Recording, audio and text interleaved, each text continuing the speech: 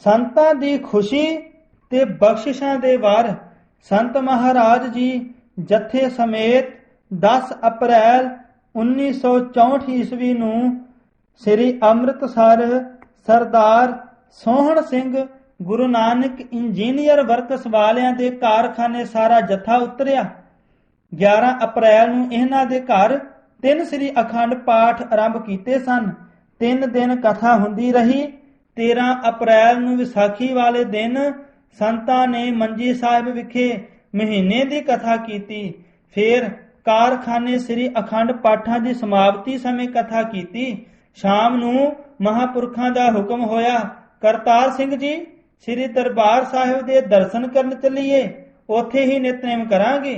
ਹੁਕਮ ਮੰਨ ਕੇ ਸ੍ਰੀ ਹਰਿਮੰਦਰ ਸਾਹਿਬ ਦੇ ਦਰਸ਼ਨ ਕੀਤੇ। ਪਰਿਕਰਮਾ ਕਰਕੇ ਸ੍ਰੀ ਦਰਬਾਰ ਸਾਹਿਬ ਜੀ ਦੀ ਉੱਪਰਲੀ ਛੱਤ ਤੇ ਚਲੇ ਗਏ। ਨਿਸ਼ਾਨ ਸਾਹਿਬ ਦੇ ਲਾਗੇ ਬਸਤਰ ਵਿਛਾ ਕੇ ਨਿਤਨੇਮ ਸੁਣਨਾ ਸ਼ੁਰੂ ਕੀਤਾ।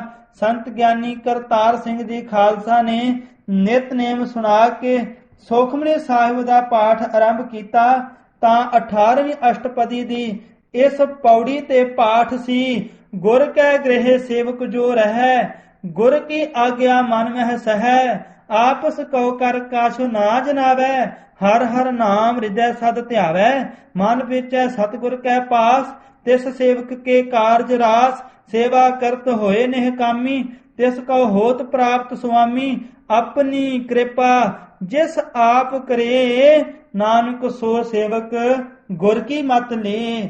ਸੰਤਾਂ ਨੇ ਹੱਥ ਨਾਲ ਇਸ਼ਾਰਾ ਕੀਤਾ। ਸੰਤ ਗਿਆਨੀ ਕਰਤਾਰ ਸਿੰਘ ਜੀ ਖਾਲਸਾ ਨੇ ਪਾਠ ਬੰਦ ਕੀਤਾ। ਮਹਾਂਪੁਰਖਾਂ ਨੇ ਬੜੇ ਰਸ ਵਿੱਚ ਆ ਕੇ ਬਖਸ਼ਿਸ਼ ਭਰੇ ਬਚਨ ਕਹੇ, ਕਰਤਾਰ ਸਿੰਘ ਜੀ ਦਮਦਮੀ ਟਕਸਾਲ ਦੀ ਅੱਗੇ ਵਾਸਤੇ ਸੇਵਾ ਤੈਨੂੰ ਸੌਂਪਣੀ ਹੈ। ਸਤਿਗੁਰਾਂ ਦੇ ਇਸ ਸ੍ਰੀ ਮੁਖਵਾਕ ਅਨੁਸਾਰ ਪੂਰਨ ਜਤੀ ਰਹਿਣਾ। ਜਤ ਪਹਾਰਾ ਧੀਰਜ ਸੁਨਿਆਰ, ਸਾਵਧਾਨ ਹੋ ਜਾ, 2 ਭੁਜੰਗੀ ਹੋ ਚੁੱਕੇ ਹਨ, ਇਤਨੇ ਹੀ ਆਉਣੇ ਸੀ। ਮਹਾਂਪੁਰਖਾਂ ਨੇ ਦੱਸਿਆ, ਸਨ 1921 ਈਸਵੀ ਨੂੰ ਸ੍ਰੀ ਨਨਕਾਣਾ ਸਾਹਿਬ ਦੇ ਸਾਕੇ ਤੇ ਦਾਸ ਸ੍ਰੀ ਨਨਕਾਣਾ ਸਾਹਿਬ ਗਿਆ। ਸ਼ਹੀਦੀ ਅਸਥਾਨਾਂ ਦੇ ਦਰਸ਼ਨ ਕੀਤੇ। ਵਾਪਸ ਗੁਰਦੁਆਰਿਆਂ ਦੀ ਯਾਤਰਾ ਕਰਦਿਆਂ ਸ੍ਰੀ ਦਰਬਾਰ ਸਾਹਿਬ ਅੰਮ੍ਰਿਤਸਰ ਦੇ ਵੀ ਦਰਸ਼ਨ ਕੀਤੇ। ਆਹ ਜਿਸ ਥਾਂ ਤੇ ਅਸੀਂ ਅੱਜ ਬੈਠੇ ਹਾਂ, ਇਸੇ ਥਾਂ ਤੇ ਬੈਠ ਕੇ 3 ਮਹੀਨੇ ਗੁਰਮੰਤਰ ਤੇ ਮੂਲ ਮੰਤਰ ਦਾ ਅਭਿਆਸ ਕਰਕੇ ਮਨ ਹੋਰ ਸਿਮਰਨ ਵਿੱਚ ਪਰਪੱਕ ਕੀਤਾ। ਰਸ ਵਿੱਚ ਐਸੀ ਮਸਤੀ ਆਈ ਕਿ ਸ੍ਰੀ ਗੁਰੂ ਰਾਮਦਾਸ ਸਾਹਿਬ ਜੀ ਦੀ ਬਖਸ਼ਿਸ਼ ਦਾ ਅਲੌਕਿਕ ਨਜ਼ਾਰਾ ਹੋਇਆ ਸੀ। ਕਰਤਾਰ ਸਿੰਘ ਉਹ ਰਸ ਕਥਨ ਨਹੀਂ ਕੀਤਾ ਜਾ ਸਕਦਾ। ਇਹ ਬਚਨ ਸੁਣ ਕੇ ਸੰਤ ਗਿਆਨੀ ਕਰਤਾਰ ਸਿੰਘ ਜੀ ਖਾਲਸਾ ਨੂੰ ਬਹੁਤ ਸਮਾਂ ਦੇਸ ਕਾਲ ਭੁੱਲ ਰਿਹਾ। ਸੰਤ ਗਿਆਨੀ ਕਰਤਾਰ ਸਿੰਘ ਜੀ ਖਾਲਸਾ ਨੇ ਬਹੁਤ ਦੇਰ ਚੁੱਪ ਵੱਟੀ ਰੱਖੀ ਤੇ ਇਸ਼ਾਰਾ ਪਾ ਕੇ ਫਿਰ ਅੱਗੇ ਬਾਣੀ ਸੁਣਾਉਣ ਲੱਗ ਪਏ। ਮਹਾਂਪੁਰਖਾਂ ਨੇ ਬੜੇ ਪਿਆਰ ਨਾਲ ਜਗਿਆਸੂ ਦੇ ਮਸਤਕ ਵੱਲ ਰੀਝ ਲਾ ਕੇ ਵੇਖਿਆ ਤੇ ਇਸ ਕੁਦਰਤੀ ਬਖਸ਼ਿਸ਼ ਅਮੋਲਕ ਹੀਰੇ ਨੂੰ ਜੌਹਰੀ ਦੀ ਨਿਗਾਹ ਨਾਲ ਪਰਖ ਕੇ ਭਵਿੱਖਤ ਵਿੱਚ ਟਕਸਾਲ ਦੇ ਹੀਰਿਆਂ ਦੇ ਹਾਰ ਵਿੱਚ ਪਰੋ ਦਿੱਤਾ ਤੇ ਗਲ ਨਾਲ ਲਾ ਲਿਆ। ਸੰਤ ਗਿਆਨੀ ਕਰਤਾਰ ਸਿੰਘ ਜੀ ਖਾਲਸਾ ਕਦੇ ਕਦੇ ਮਸਤੀ ਵਿੱਚ ਆ ਕੇ ਪ੍ਰੇਮ ਨਾਲ ਗੁਰਬਾਣੀ ਦੀ ਇਹ ਪੰਕਤੀ ਪੜਿਆ ਕਰਦੇ, ਮਾਤਰ ਪਿਤਰ ਤਿਆਗ ਕੈ ਮਨ ਸੰਤਨ ਪਾਹੇ ਵੇਚਾਇਓ। ਮਹਾਂਪੁਰਖਾਂ ਦੀ ਅਪਾਰ ਬਖਸ਼ਿਸ਼ ਸਦਕਾ ਦਾਸ ਪਟਿਆਲੇ ਗੁਰਦੁਆਰਾ ਦੁੱਖ ਨਿਵਾਰਨ ਸਾਹਿਬ ਵਿਖੇ ਕਥਾਵਾਚਕ ਹੈੱਡ ਗ੍ਰੰਥੀ ਦੀ ਸੇਵਾ ਕਰਨ ਲੱਗਾ। ਸੰਗਤ ਸ਼੍ਰੋਮਣੀ ਕਮੇਟੀ ਅਤੇ ਸਟਾਫ ਵੱਲੋਂ ਦਾਸ ਨੂੰ ਕਾਫੀ ਮਾਣ ਪ੍ਰਾਪਤ ਸੀ।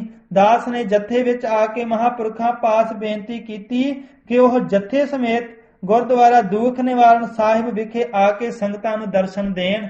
ਸੰਤ ਗਿਆਨੀ ਕਰਤਾਰ ਸਿੰਘ ਜੀ ਖਾਲਸਾ ਅਤੇ ਸੰਤ ਬਾਬਾ ਠਾਕੁਰ ਸਿੰਘ ਜੀ ਦੀ ਮਹਾਨ ਪ੍ਰੇਰਣਾ ਦਾ ਸਦਕਾ ਸੰਤਾਂ ਨੇ ਜਥੇ ਸਮੇਤ ਪਟਿਆਲੇ ਦਰਸ਼ਨ ਦੇਣ ਦੀ ਪ੍ਰਵਾਨਗੀ ਦੇ ਦਿੱਤੀ। ਜਥਾ ਅਗਸਤ 1964 ਈਸਵੀ ਵਿੱਚ ਪਟਿਆਲੇ ਪੁੱਜਾ। ਸਵੇਰ ਸਮੇਂ ਗੁਰਦੁਆਰਾ ਦੁੱਖ ਨਿਵਾਰਨ ਸਾਹਿਬ ਵਿਖੇ ਕਥਾ ਹੁੰਦੀ। ਸ਼ਾਮ ਵੇਲੇ ਅਮਰ ਆਸ਼ਰਮ ਜੋ ਸਰਦਾਰ ਅਮਰ ਸਿੰਘ ਨੇ ਬਣਾਇਆ ਹੈ, ਉੱਥੇ ਵੀ ਕਥਾ ਹੁੰਦੀ।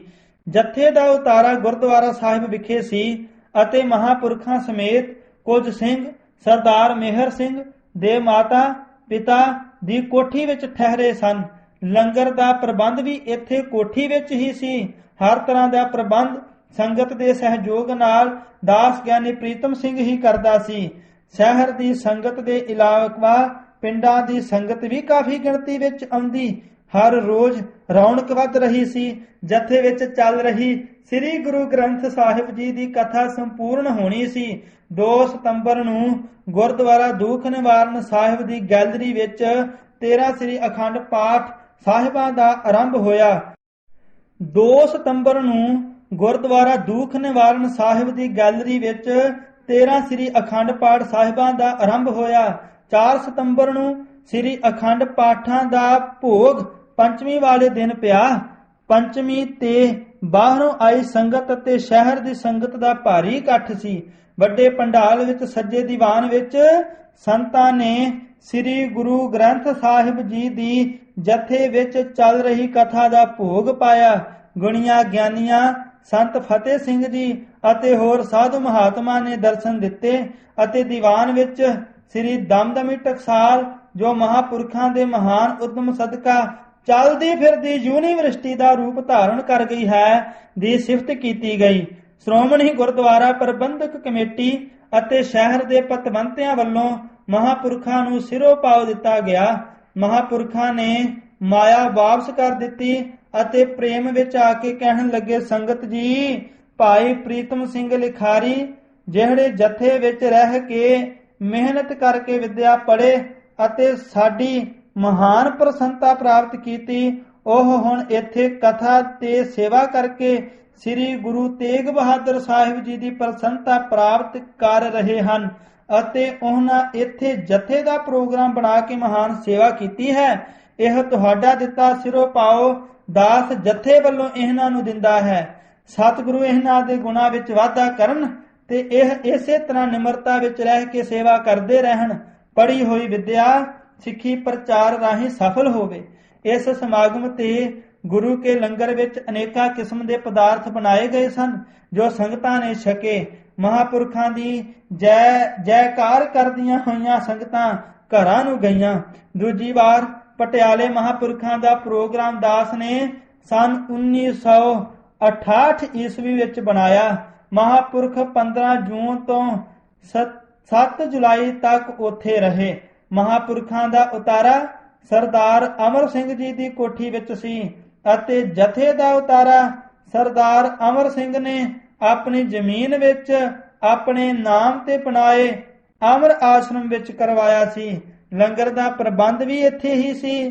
ਸਵੇਰ ਦੀ ਕਥਾ ਸੰਤ ਜੀ ਗੁਰਦੁਆਰਾ ਦੂਖ ਨਿਵਾਰਨ ਸਾਹਿਬ ਵਿਖੇ ਕਰਦੇ ਅਤੇ ਸ਼ਾਮ ਦੀ ਕਥਾ ਅਮਰ ਆਸ਼ਰਮ ਵਿੱਚ ਕਰਦੇ ਸਨ। ਸੈਂਕੜਿਆਂ ਦੀ ਗਿਣਤੀ ਵਿੱਚ ਦੋਹਾਂ ਥਾਵਾਂ ਤੇ ਸੰਗਤ ਹਾਜ਼ਰੀਆਂ ਭਰ ਕੇ ਕਥਾ ਕੀਰਤਨ ਦਾ ਰਸ ਮਾਣਦੀ। ਮਹਾਪੁਰਖਾਂ ਦਾ ਪਰਿਵਾਰ ਨਾਲ ਸੀ। ਸੰਤਾਂ ਦੇ ਭੁਜੰਗੀ ਭਾਈ ਭਗਵਾਨ ਸਿੰਘ ਜੀ ਕੀਰਤਨ ਕਰਦੇ। ਕੀਰਤਨ ਵਿੱਚ ਬੜਾ ਰਸ ਸੀ। ਸ਼ਹਿਰ ਦੇ ਪਤਵੰਤੇ ਸੰਗਤਾਂ ਨਾਲ ਮਿਲ ਕੇ ਲੰਗਰ ਦਾ ਪ੍ਰਬੰਧ ਕਰਦੇ।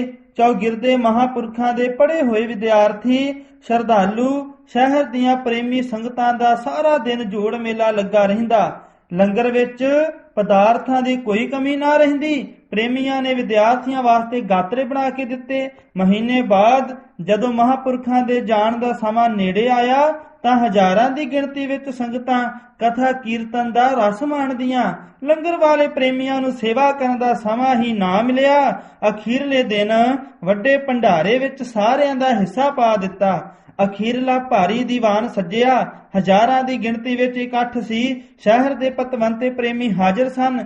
ਗਿਆਨੀ ਲਾਲ ਸਿੰਘ ਜੀ ਡਾਇਰੈਕਟਰ ਭਾਸ਼ਾ ਵਿਭਾਗ ਵਾਲੇ, ਗਿਆਨੀ ਗੁਰਦਿੱਤ ਸਿੰਘ ਜੀ ਸਿੰਘ ਸਭਾ ਸ਼ਤਾਬਦੀ ਵਾਲੇ, ਡਾਕਟਰ ਅਮੀਰ ਸਿੰਘ ਜੀ ਸੇਠੀ, ਸਰਦਾਰਾ ਸਿੰਘ ਜੀ ਕੋਹਲੀ, ਡਾਕਟਰ ਸਰਮੁਖ ਸਿੰਘ ਜੀ ਆਦਿ ਇੰਨੇ ਸੱਜਣ ਸਨ ਕਿ ਜੇਕਰ ਸਾਰਿਆਂ ਦੇ ਨਾਮ ਲਿਖਾਂ ਤਾਂ ਕਿਤਾਬ ਦਾ ਆਕਾਰ ਵੱਧ ਜਾਏਗਾ। ਅਖੀਰ ਵਿੱਚ ਮਹਾਪੁਰਖਾਂ ਨੂੰ ਸਿਰੋਂ ਪਾਓ ਦਾਸ ਨੇ ਅਤੇ ਅਮਰ ਸਿੰਘ ਜੀ ਨੇ ਦਿੱਤਾ। ਭਾਈ ਭਗਵਾਨ ਸਿੰਘ ਜੀ ਨੂੰ ਸਿਰੋਂ ਪਾਓ ਭਾਈ ਸਰਮੁਖ ਸਿੰਘ ਜੀ ਨੇ ਦਿੱਤਾ। ਮਹਾਪੁਰਖਾਂ ਦੀ ਬਖਸ਼ਿਸ਼ ਜੋ ਪਟਨਾ ਸਾਹਿਬ ਤਖਤ ਵਿਖੇ ਟਕਸਾਲ ਦੇ ਆਉਂਦੇ ਮੁਖੀ ਹੋਣ ਦੀ ਸੰਤ ਗਿਆਨੀ ਕਰਤਾਰ ਸਿੰਘ ਜੀ ਖਾਲਸਾ ਤੇ ਹੋਈ ਸੀ।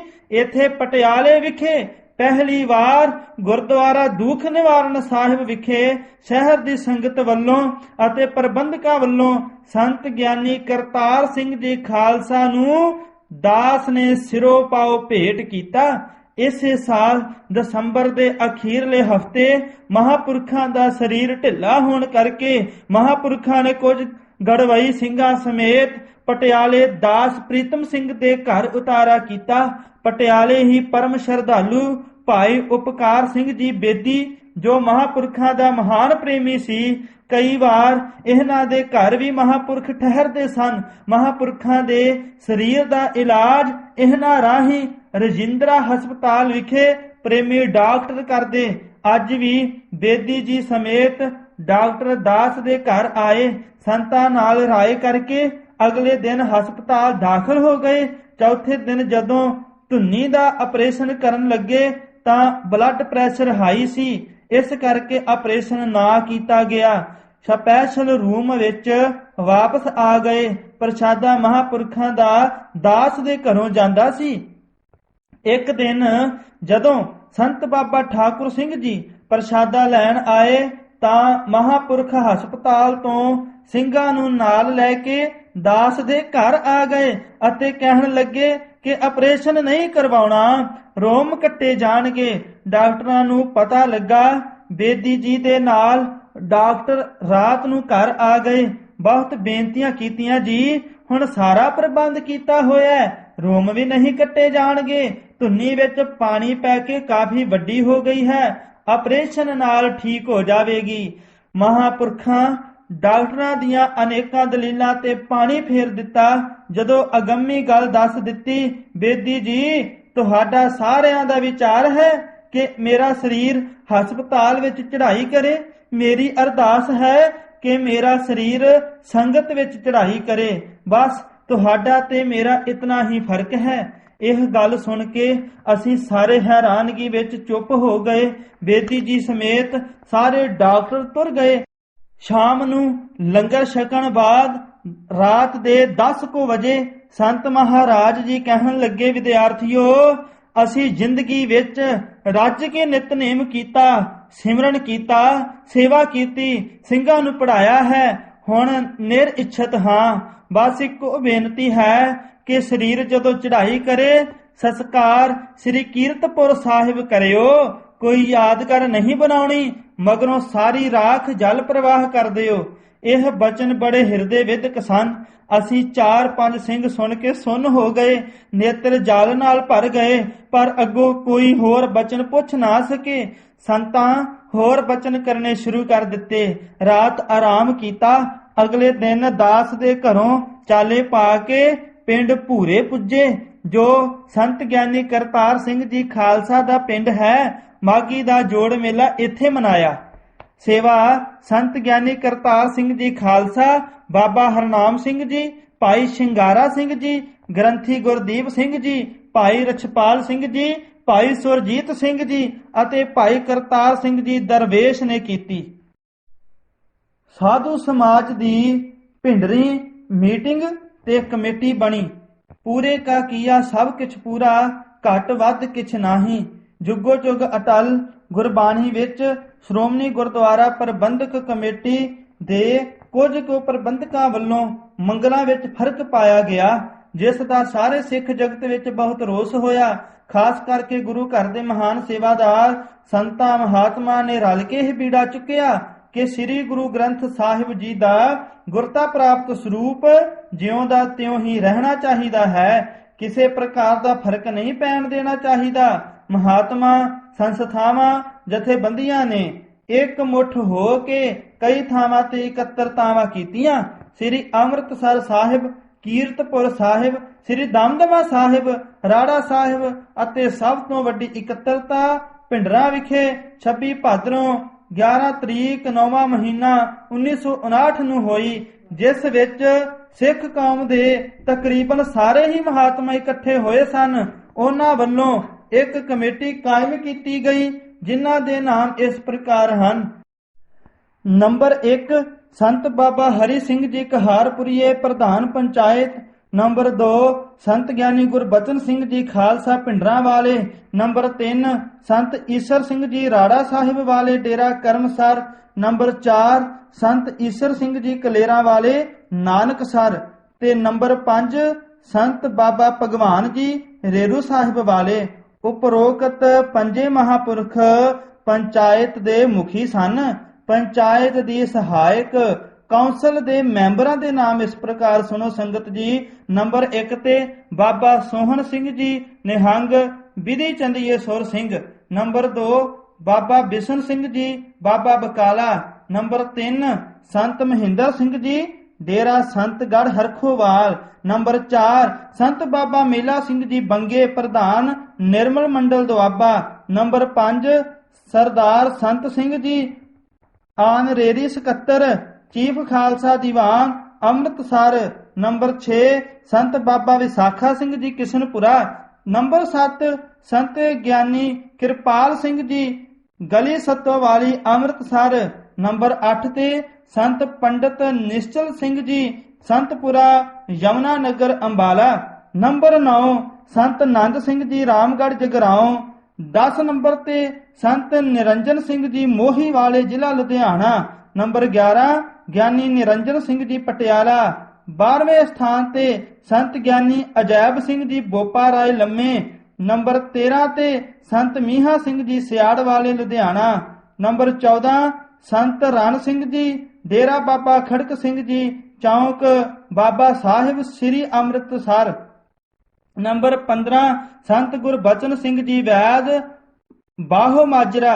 ਨੰਬਰ 16 ਬਾਬਾ Teja Singh ji double MA Nanaksar ਚੀਮੇ। Number 17 ਜਥੇਦਾਰ ਬਚਿੱਤਰ ਸਿੰਘ ਜੀ ਰੇਰੂ ਸਾਹਿਬ। ਨੰਬਰ 18 ਗਿਆਨੀ ਹਰਭਗਤ Singh ji Khalsa national school Ludhiana. Number 19 ਤੇ ਸੰਤ ਸੰਤੋਖ ਸਿੰਘ ਜੀ ਰਾਗੀ ਅੰਬਾਲਾ। ਨੰਬਰ 20 ਤੇ ਸੰਤ ਕਿਰਪਾਲ ਸਿੰਘ ਜੀ ਰੋਡੇ ਲੰਡੇ। ਨੰਬਰ 21 ਰਾਗੀ ਬਲਵੰਤ ਸਿੰਘ ਜੀ ਕਿਲਾ ਰਾਏਪੁਰ। 22 ਨੰਬਰ ਤੇ ਅਕਾਲੀ ਟਹਿਲ ਸਿੰਘ ਜੀ ਨਿਹੰਗ ਵੈਦ ਰਾਜ ਸੇਵਕ ਸੰਤ ਸਮਾਜ। 23ਵੇਂ ਨੰਬਰ ਤੇ ਸੰਤ ਮਾਨ ਸਿੰਘ ਜੀ ਨੰਗਲ ਹੁਸ਼ਿਆਰਪੁਰ। 24ਵੇਂ ਨੰਬਰ ਤੇ ਸੰਤ ਜਵਾਲਾ ਸਿੰਘ ਜੀ ਕਹਾਰਪੁਰੀਏ। 25ਵੇਂ ਨੰਬਰ ਤੇ ਸੰਤ ਗਿਆਨੀ ਇੰਦਰ ਸਿੰਘ ਜੀ ਭਿੰਡਰਾਂ ਵਾਲੇ। 26ਵੇਂ ਨੰਬਰ ਤੇ ਸੰਤ ਕਰਤਾਰ ਸਿੰਘ ਜੀ ਪਠਲਾਵੇ ਵਾਲੇ।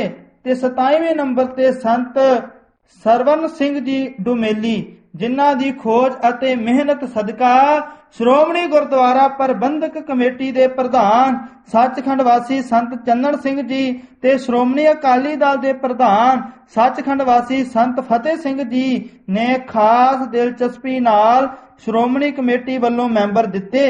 ਬਹੁਤ ਮੀਟਿੰਗਾਂ ਉਪਰੰਤ ਸਰਬਸੰਮਤੀ ਨਾਲ ਇਹ ਫੈਸਲਾ ਹੋਇਆ ਕਿ ਗੁਰਤਾ ਪ੍ਰਾਪਤ ਸ੍ਰੀ ਗੁਰੂ ਗ੍ਰੰਥ ਸਾਹਿਬ ਜੀ ਦੀ ਸ੍ਰੀ ਦਮਦਮਾ ਸਾਹਿਬ ਵਾਲੀ ਬੀੜ ਦੇ ਆਧਾਰ ਤੇ ਅਤੇ ਕਰਤਾਰਪੁਰ ਸਾਹਿਬ ਵਾਲੀ ਬੀੜ ਅਨੁਸਾਰ ਸਾਰੇ ਮੰਗਲ ਛਾਪੇ ਜਾਣ।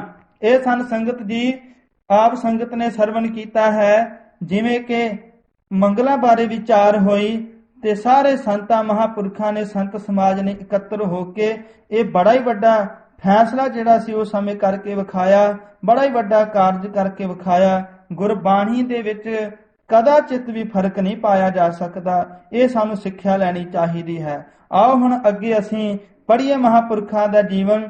ਜਿਵੇਂ ਕਿ ਇਸ ਮੰਗਲਾਂ ਦੀ ਸੇਵਾ ਵਿੱਚ ਸੰਤ ਗਿਆਨੀ ਕਰਤਾਰ ਸਿੰਘ ਜੀ ਨੇ ਮਹਾਨ ਜੋ ਸੇਵਾ ਕੀਤੀ ਹੈ, ਮਹਾਪੁਰਖ ਉਹਨਾਂ ਤੇ ਜਿਵੇਂ ਪ੍ਰਸੰਨ ਹੋ ਕੇ ਬਖਸ਼ਿਸ਼ ਦਾ ਸਿਰਪਾਵ ਦੇਣਗੇ, ਉਸ ਬਾਬਤ ਅੱਗੇ ਵਿਚਾਰ ਆ ਰਹੀ ਹੈ। ਆਓ ਪਿਆਰ ਦੇ ਨਾਲ ਪੜ੍ਹੀਏ। ਸੰਤਾਂ ਨੇ ਮੰਗਲਾਂ ਦੀ ਸੇਵਾ ਕਰਾ ਕੇ ਬਖਸ਼ਿਸ਼ ਸਿਰੋਂ ਪਾਉ ਦੇਣਾ। ਸ਼੍ਰੋਮਣੀ ਕਮੇਟੀ ਨੇ ਸ੍ਰੀ ਗੁਰੂ ਗ੍ਰੰਥ ਸਾਹਿਬ ਜੀ ਦੀ ਬੀੜ ਬਲਾਕ ਬਣਾ ਕੇ ਛਾਪੀ ਸੀ। ਹੁਣ 1430 ਬਲਾਕਾਂ ਨੇ ਮੰਗਲਾਂ ਵਾਲੇ ਹਿੱਸੇ ਦੇ ਅੱਖਰ ਉੱਤੇ ਹੇਠਾਂ ਕਰਨੇ ਸਨ, ਪਾਠਾਂ ਦੀ ਸੁਧਾਈ ਕਰਨੀ ਸੀ। ਇਸ ਮਹਾਨ ਕੰਮ ਵਾਸਤੇ ਪੈਸੇ ਦੀ ਅਤੇ ਵਿਦਵਾਨ ਸਿੰਘਾਂ ਦੀ ਲੋੜ ਸੀ ਜੋ ਸਮਾਂ ਲਾ ਸਕਣ।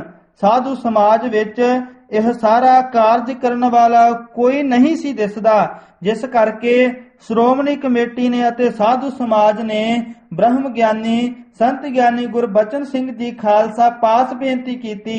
ਮਹਾਪੁਰਖਾਂ ਨੇ ਇਸ ਕੰਮ ਦੀ ਜ਼ਿੰਮੇਵਾਰੀ ਆਪਣੇ ਸਿਰ ਲਈ। ਇਹ ਸੇਵਾ ਸਮਾਂ ਪਾ ਕੇ ਸਨ 1964 ਵਿੱਚ ਆਰੰਭ ਹੋਈ। ਮਹਾਂਪੁਰਖਾਂ ਸੰਤ ਗਿਆਨੀ ਕਰਤਾਰ ਸਿੰਘ ਜੀ ਖਾਲਸਾ ਗੜਵਈ ਦੀ ਡਿਊਟੀ ਲਾਈ ਅਤੇ ਜਥੇ ਦੇ ਹੋਰ 2-3 ਸਿੰਘ ਕਰਤਾਰ ਸਿੰਘ ਜੀ ਪ੍ਰੇਮੀ, ਭੁਜੰਗੀ ਰੂਪ ਵਿੱਚ ਜਰਨੈਲ ਸਿੰਘ ਜੀ ਵੀ ਨਾਲ ਸਨ, ਜਿਨ੍ਹਾਂ ਸਾਰਾ ਸਮਾਂ ਰੋਟੀ ਪਾਣੀ ਦੀ ਬੜੇ ਸ਼ੌਂਕ ਤੇ ਉਦਮ ਨਾਲ ਸੇਵਾ ਕੀਤੀ। ਮਹਾਨ ਉੱਚੀ ਸੁੱਚੀ ਸੇਵਾ ਵਾਸਤੇ ਸ੍ਰੀ ਅੰਮ੍ਰਿਤਸਰ ਸਾਹਿਬ ਗੁਰਦੁਆਰਾ ਪ੍ਰਿੰਟਿੰਗ ਪ੍ਰੈਸ ਵਿੱਚ ਭੇਜਿਆ। ਭਾਵੇਂ ਇਹਨੀ ਦਿਨੀ ਹਿੰਦ ਪਾਕ ਜੰਗ ਜ਼ੋਰਾਂ ਤੇ ਚੱਲ ਰਹੀ ਸੀ, ਖੇਮ ਕਰਨ ਦਾ ਇਲਾਕਾ ਬਹੁਤ ਤਬਾਹ ਹੋਇਆ ਸੀ। ਸੰਤ ਗਿਆਨੀ ਕਰਤਾਰ ਸਿੰਘ ਜੀ ਖਾਲਸਾ ਦਾ ਪਿੰਡ ਭੂਰੇ ਪੁਰਾਣੇ ਖੇਮ ਕਰਨ ਤੋਂ ਅੰਮ੍ਰਿਤਸਰ ਵਾਲੀ ਸੜਕ ਤੇ 2 ਮੀਲ ਦੇ ਫਾਸਲੇ ਤੇ ਸਥਿਤ ਹੈ, ਪਰ ਆਪ ਜੀ ਦੀ ਆਗਿਆ ਸੀ ਕਿ ਇਹ ਸੇਵਾ ਛੱਡ ਕੇ ਕਿਤੇ ਇੱਧਰ ਉੱਧਰ ਨਹੀਂ ਜਾਣਾ। ਇਸ ਕਰਕੇ ਸੰਤ ਗਿਆਨੀ ਕਰਤਾਰ ਸਿੰਘ ਜੀ ਖਾਲਸਾ ਨੇ ਨਗਰ ਨਿਵਾਸੀਆਂ ਦਾ ਅਤੇ ਪਰਿਵਾਰ ਦਾ ਵੀ ਪਤਾ ਨਹੀਂ ਸੀ ਲਿਆ, ਜੋ ਤੋਪਾਂ, ਟੈਂਕਾਂ, ਜੰਗੀ ਜਹਾਜ਼ਾਂ ਦੀ ਗੋਰਾਬਾਰੀ ਨਾਲ ਤਬਾਹ ਹੋ ਰਹੇ ਸਨ। ਅਰਦਾਸ ਸੀ ਕਿ ਆਪ ਹੀ ਸਤਿਗੁਰ ਦੀ ਸਹਾਇਤਾ ਕਰਨਗੇ। ਜਥੇ ਦੇ ਕੁਝ ਸਿੰਘਾਂ ਸਮੇਤ ਸ੍ਰੀ ਗੁਰੂ ਗ੍ਰੰਥ ਸਾਹਿਬ ਜੀ ਦੇ ਸਰੂਪ ਮੰਗਲ ਅਤੇ ਪਾਠ ਸੋਧ ਕੇ ਛਾਪੇ। ਇਸ ਸਮੇਂ ਮਹਾਂਪੁਰਖਾਂ ਨੇ ਸੰਤ ਗਿਆਨੀ ਕਰਤਾਰ ਸਿੰਘ ਜੀ ਖਾਲਸਾ ਦੀ ਇੱਕ ਭਾਰੀ ਪਰਖ ਕੀਤੀ, ਪਰ ਆਪ ਜੀ ਕਿਰਪਾ ਕਰਕੇ ਪੂਰਾ ਵੀ ਉਤਾਰ ਲਿਆ। ਇਸ ਬਾਰੇ ਪੂਰਨ ਵਿਸਥਾਰ ਸਾਰੀਆਂ ਘਟਨਾਵਾਂ ਸਹਿਤ ਮਹਾਂਪੁਰਖਾਂ ਦੇ ਵੱਡੇ ਜੀਵਨ ਵਿੱਚ ਲਿਖਿਆ ਜਾਵੇਗਾ। ਕੁਝ ਘਟਨਾਵਾਂ ਸੰਤ ਗਿਆਨੀ ਕਰਤਾਰ ਸਿੰਘ ਜੀ ਖਾਲਸਾ ਜੀ ਦੇ ਜੀਵਨ ਵਿੱਚ ਲਿਖੀਆਂ ਸਨ, ਉਹਨਾਂ ਦਾ ਉਤਾਰਾ ਅੱਗੇ ਹੂ ਬਹੂ ਲਿਖਦਾ ਹਾਂ। ਫਿਰ ਅਗਲੇ ਸਾਲ ਗੁਰਬਾਣੀ ਦੇ ਬਲਾਕਾਂ ਦੀ ਸੁਧਾਈ ਸ਼ੁਰੂ ਹੋਈ, ਜਿਸ ਵਿੱਚ ਦਾਸ ਤੇ ਕਰਤਾਰ ਸਿੰਘ ਜੀ ਪ੍ਰੇਮੀ ਦੀ ਡਿਊਟੀ ਲੱਗੀ। ਕਈ ਪ੍ਰਕਾਰ ਦੀਆਂ ਰੁਕਾਵਟਾਂ ਦਿੱਕਤਾਂ ਦੇ ਹੁੰਦਿਆਂ ਹੋਇਆਂ ਵੀ ਸੇਵਾ ਸੰਪੂਰਨ ਹੋ ਗਈ। ਹੱਥੀਂ ਸੇਵਾ ਕਰਨ ਦਾ ਗੁਰੂ ਦੀ ਕਿਰਪਾ ਨਾਲ ਦਾਸ ਨੂੰ ਬਹੁਤ ਸਮਾਂ ਮਿਲਿਆ। ਬਲਾਕਾਂ ਦੇ ਬਣਾਉਣ ਦਾ ਜੈਸਾ ਕਿ ਚਿੱਤਰ ਦੱਸ ਰਿਹਾ ਹੈ, ਇਸ ਸਮੇਂ ਸ੍ਰੀਮਾਨ ਗਿਆਨੀ ਦਲੀਪ ਸਿੰਘ ਜੀ ਕਥਾਵਾਚਕ ਸ੍ਰੀ ਅੰਮ੍ਰਿਤਸਰ ਜੀ ਨੇ ਸਿੰਘਾਂ ਦੀ ਬਹੁਤ ਭਾਰੀ ਸੇਵਾ ਕੀਤੀ। ਮਾਈ ਝਾਈ ਜੀ ਵੀ ਬਹੁਤ ਸੇਵਾ ਕਰਦੇ ਰਹੇ।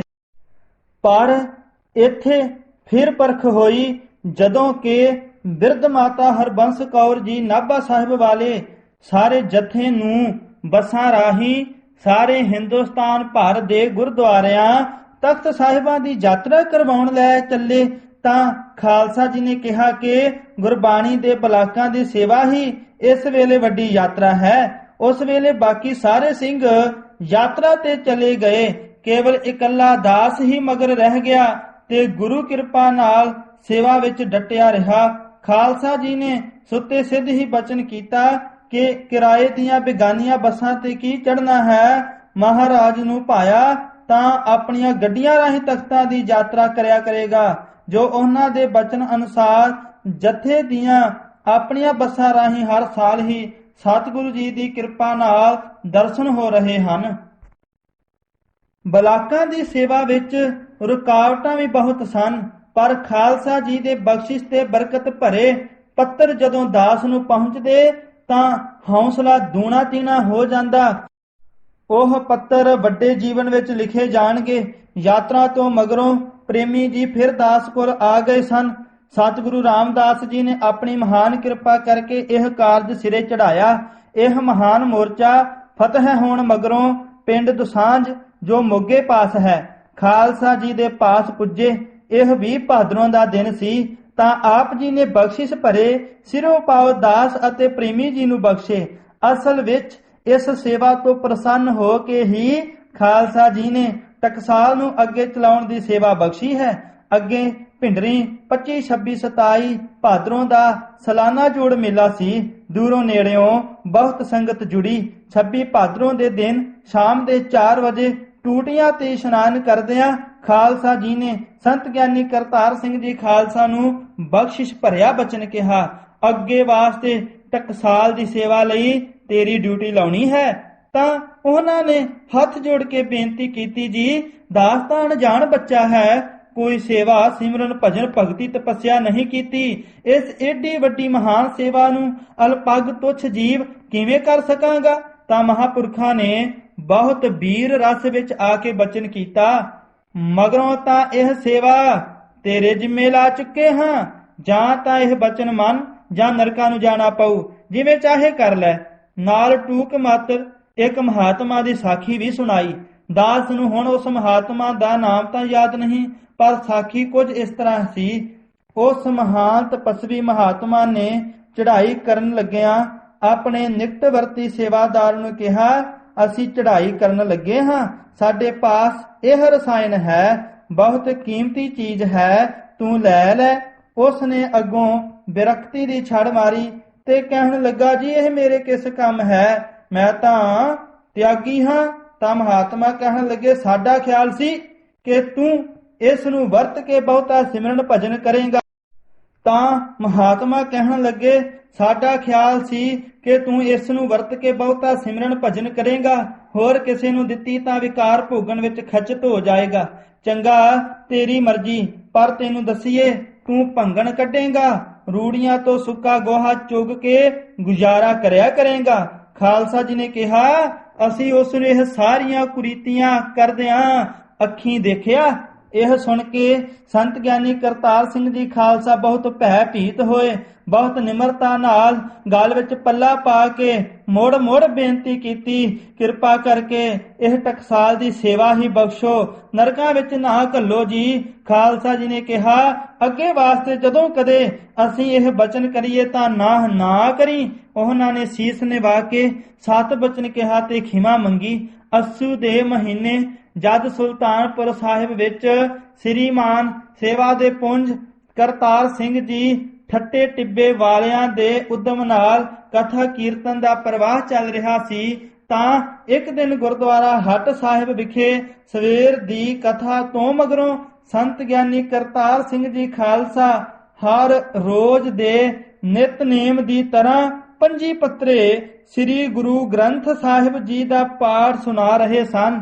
ਤਾਂ ਆਪ ਖਾਲਸਾ ਜੀ ਨੇ ਕਿਰਪਾ ਰਸ ਵਿੱਚ ਢਲ ਕੇ ਇਹ ਬਚਨ ਕਹੇ, ਭਾਈ ਕਰਤਾਰ ਸਿੰਘਾ, ਸਤਿਗੁਰਾਂ ਨੇ ਇੱਥੇ ਬੇਅੰਤ ਗਰੀਬਾਂ ਦੀਆਂ ਝੋਲੀਆਂ ਭਰੀਆਂ ਸਨ, ਦੱਸ ਤੇਰੀ ਝੋਲੀ ਵੀ ਸਤਿਗੁਰਾਂ ਤੋਂ ਭਰਵਾ ਕੇ ਜਥੇ ਦੀ ਸੇਵਾ ਬਖਸ਼ ਦਈਏ। ਤਾਂ ਸੰਤ ਗਿਆਨੀ ਕਰਤਾਰ ਸਿੰਘ ਜੀ ਖਾਲਸਾ ਨੂੰ ਭਿੰਡਰਾਂ ਵਾਲੇ ਉਹ ਬਚਨ ਝਟ ਚੇਤੇ ਆਏ ਕਿ ਕਦੇ ਨਾਹ ਨਹੀਂ ਕਰਨੀ। ਤਾਂ ਉਹਨਾਂ ਬੇਨਤੀ ਕੀਤੀ, ਜੀ ਜਿਵੇਂ ਆਪ ਜੀ ਦੀ ਮਰਜ਼ੀ ਹੋਵੇ, ਆਪ ਕਿਰਪਾ ਕਰੋ। ਕੁਝ ਸਮਾਂ ਆਪ ਜੀ ਨੇ ਚੁੱਪ ਕਰਨ ਤੋਂ ਮਗਰੋਂ ਫਿਰ ਇਹ ਬਚਨ ਕਹੇ, ਜੋ ਸੰਤ ਗਿਆਨੀ ਕਰਤਾਰ ਸਿੰਘ ਜੀ ਖਾਲਸਾ ਨੇ ਉਸ ਸਮੇਂ ਪਾਠ ਸੁਣਾਉਣ ਤੋਂ ਮਗਰੋਂ ਕਾਗਜ਼ ਤੇ ਲਿਖ ਲਏ ਸਨ। ਸਾਰੇ ਜਥੇ ਸੰਗਤ ਨੂੰ ਗੁਰੂ ਸਰੂਪ ਸਮਝਣਾ। ਜੇ ਕੋਈ ਸਿੰਘ ਮਰਜ਼ਾਦਾ ਵਿੱਚ ਨਾ ਚੱਲੇ ਤਾਂ ਉਸ ਨੂੰ ਜਥੇ ਵਿੱਚੋਂ ਵਿਦਾ ਕਰ ਦੇਣਾ। ਆਪਣੇ ਆਪ ਨੂੰ ਸੰਗਤ ਨਾਲੋਂ ਮਾਨ ਬਾਣੀ ਸਰੀਰ ਕਰਕੇ ਨੀਵਾਂ ਸਮਝਣਾ, ਕਦੇ ਮਾਨ ਨਹੀਂ ਕਰਨਾ।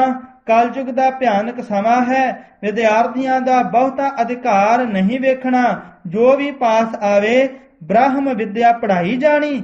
ਅੰਮ੍ਰਿਤ ਸੰਚਾਰ ਦੀ ਰਹਿਤ ਮਰਜ਼ਾਦਾ ਵਿੱਚ ਫਰਕ ਨਹੀਂ ਪਾਉਣਾ। ਹਰ ਸਮੇਂ ਮਨ ਨੂੰ ਦੰਭ, ਪਖੰਡ, ਵਿਕਾਰਾਂ ਤੇ ਕੁਰੈਤਾਂ ਤੋਂ ਬਚਾ ਕੇ ਰੱਖਣਾ। ਘੱਟ ਤੋਂ ਘੱਟ 2 ਸਿੰਘ ਹਰ ਸਮੇਂ ਦਿਨੇ ਰਾਤ ਜ਼ਰੂਰ ਕੋਲ ਰੱਖਣੇ। ਬਹੁਤੇ ਹੋਣ ਤਾਂ ਬਹੁਤ ਚੰਗਾ ਹੈ। ਸਤਿਗੁਰਾਂ ਨੂੰ ਸਦਾ ਅੰਗ ਸੰਗ ਜਾਣਨਾ। ਸਭ ਕਾਰਜ ਸਤਿਗੁਰੂ ਜੀ ਆਪ ਕਰਦੇ ਹਨ, ਇਉਂ ਜਾਣ ਕੇ ਬੇਫਿਕਰ ਰਹਿਣਾ। ਫਿਕਰ ਕਰਨ ਤੋਂ ਬਹੁਤਾ ਫਿਕਰ ਪਵੇਗਾ। ਜੇ ਗੁਰੂ ਦੇ ਆਸਰੇ ਬੇਪਰਵਾਹ ਰਹੇਗਾ ਤਾਂ ਸਤਿਗੁਰੂ ਬੇਪਰਵਾਹੀ ਬਖਸ਼ਣਗੇ। ਮਾਇਆ ਕਿਸੇ ਕੋਲੋਂ ਮੰਗਣੀ ਨਹੀਂ, ਪਰ ਜੋ ਸੁੱਤੇ ਸਿੱਧ ਆ ਜਾਵੇ ਉਹ ਸੰਗਤ ਵਿੱਚ ਸਫਲੀ ਕਰੀ ਜਾਣੀ। ਜਮਾ ਨਹੀਂ ਕਰਨੀ, ਪਰਿਵਾਰ ਦਾ ਮੋਹ ਨਹੀਂ ਕਰਨਾ। ਇਹ ਬਚਨ ਹੋਰ ਸਿੰਘਾਂ ਨੇ ਵੀ ਸੁਣੇ ਜੋ ਉਸ ਸਮੇਂ ਪਾਠ ਸੁਣ ਰਹੇ ਸਨ। ਫਿਰ ਆਪ ਪਾਠ ਸੁਣਨ ਲੱਗ ਪਏ। ਫਿਰ ਕਿਹਾ, ਕਿਸੇ ਪਵਿੱਤਰ ਦਿਹਾੜੇ ਸੰਗਤ ਵਿੱਚ ਇਹ ਬਚਨ ਕਰਾਂਗੇ। ਕੁਝ ਦਿਨਾਂ ਮਗਰੋਂ ਜਥਾ ਕਲਕੱਤੇ ਗਿਆ। ਸਿੰਘਾਂ ਦੀ ਗਿਣਤੀ 150 ਦੇ ਕਰੀਬ ਸੀ। ਉੱਥੇ ਤਕਰੀਬਨ 3 ਮਹੀਨੇ ਗੁਰਦੁਆਰਾ ਜਗਤ ਸੁਧਾਰ ਰਹੇ। 126 ਸ੍ਰੀ ਅਖੰਡ ਪਾਠ ਸਾਹਿਬ ਕੀਤੇ। ਸਰਬੱਤ ਸੰਗਤ ਨੇ ਬਹੁਤ ਸੇਵਾ ਕੀਤੀ।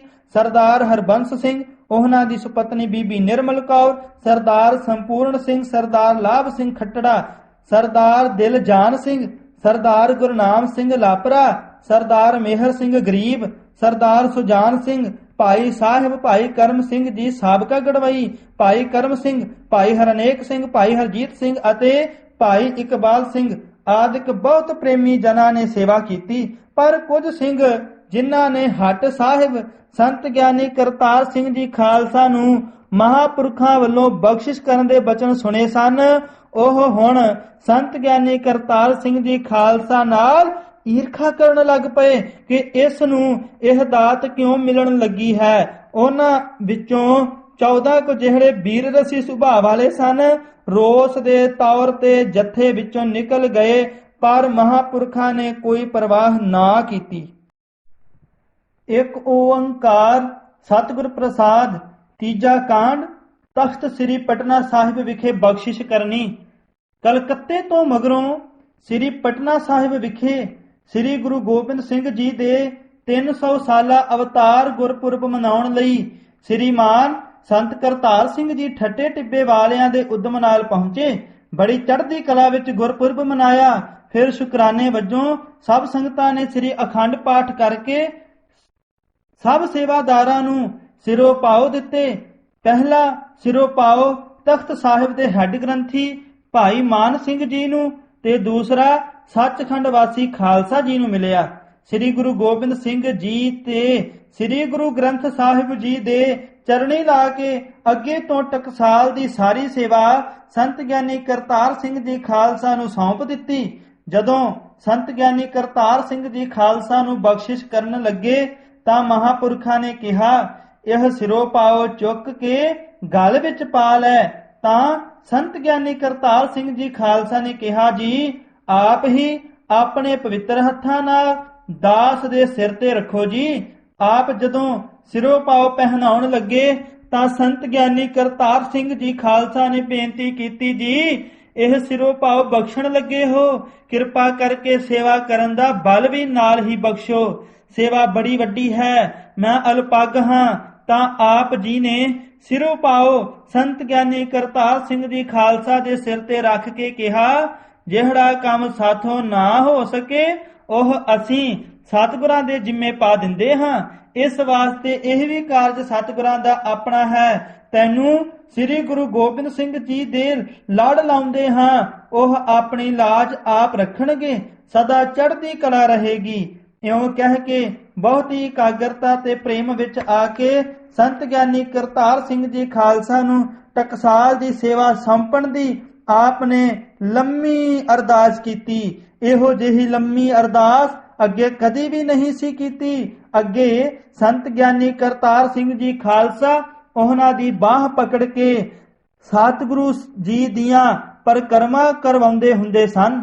ਪਰ ਉਸ ਦਿਨ ਖਾਲਸਾ ਜੀ ਨੇ ਸੰਤ ਗਿਆਨੀ ਕਰਤਾਰ ਸਿੰਘ ਜੀ ਖਾਲਸਾ ਜੀ ਦੀ ਬਾਹ ਪਕੜ ਕੇ ਤਖਤ ਸਾਹਿਬ ਅੰਦਰ ਦੀਆਂ 5 ਪਰਿਕਰਮਾ ਤੇ ਬਾਹਰਲੀਆਂ 8 ਸਾਰੀਆਂ 13 ਪਰਿਕਰਮਾ ਕਰਕੇ ਸ੍ਰੀ ਗੁਰੂ ਗ੍ਰੰਥ ਸਾਹਿਬ ਜੀ ਨੂੰ ਮੱਥਾ ਟੇਕਿਆ ਤੇ ਉਹਨਾਂ ਪਾਸੋਂ ਵੀ ਟਿਕਾਇਆ। ਉਪਰੰਤ ਖਾਲਸਾ ਜੀ ਨੇ ਹੁਕਮਨਾਮਾ ਲਿਆ। ਇਹ ਸ੍ਰੀ ਮੁਖਵਾਕ ਆਇਆ। ਸੋਰਠ ਮਹੱਲਾ ਪੰਜਵਾਂ। ਤਨ ਸੰਤਨ ਕਾ ਧਨ ਸੰਤਨ ਕਾ ਮਨ ਸੰਤਨ ਕਾ ਕੀਆ, ਸੰਤ ਪ੍ਰਸਾਦ ਹਰ ਨਾਮ ਧਿਆਇਆ, ਸਰਬ ਕੁਸਲ ਤਬ ਥੀਆ। ਸੰਤਨ ਬਿਨ ਅਵਰ ਨਾ ਦਾਤਾ ਬੀਆ, ਜੋ ਜੋ ਸਰਣ ਪਰੈ ਸਾਧੂ ਕੀ, ਸੋ ਪਾਰ ਗ੍ਰਾਮੀ ਕੀਆ। ਰਹਾਉ ਕੋਟ ਪ੍ਰਾਦ ਮਿਟਹਿ ਜਨ ਸੇਵਾ, ਹਰ ਕੀਰਤਨ ਰਸ ਗਾਈਐ। ਇਹਾਂ ਸੁਖ ਆਗੈ ਮੁਖ ਉਜਲ, ਜਨ ਕਾ ਸੰਗ ਵਡਭਾਗੀ ਪਾਈਐ। ਰਸਨਾ ਏਕ ਅਨੇਕ ਗੁਣ ਪੂਰਨ, ਜਨ ਕੀ ਕੀਰਤਕ ਉਪਮਾ ਕਹੀਐ। ਅਗਮ ਅਗੋਚਰ ਸਦ ਅਬਿਨਾਸੀ, ਸਰਣ ਸੰਤਨ ਕੀ ਲਹੀਐ। ਨਿਰਗੁਣ ਨੀਚ ਅਨਾਥ ਅਪਰਾਧੀ, ਓਟ ਸੰਤਨ ਕੀ ਆਹੀ।